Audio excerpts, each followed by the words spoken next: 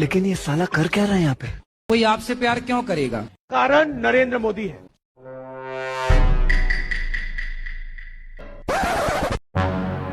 काय ग सुनबाय, माझ्या लेकाला काय सांगितलास? काय बोललो मी?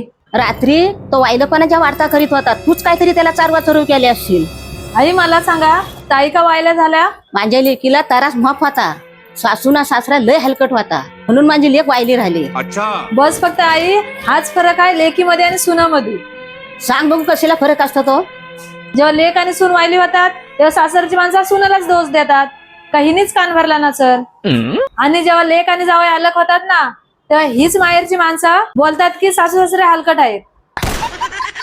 आणि जावयाने लेकीला खुश ठेवला ना तर म्हणतात की माझा जावई भगवान श्री राम आहे. आणि जर लेकाने सुनाची काळजी घेतला ना तर म्हणतात की बायकोचा बाई आहे का नाही. लेक जर उशिरा उठली तर ती बिचारी दमली असल, आणि सून उशिरा उठली तर ती कामचोर आहे, ती नाटका करते.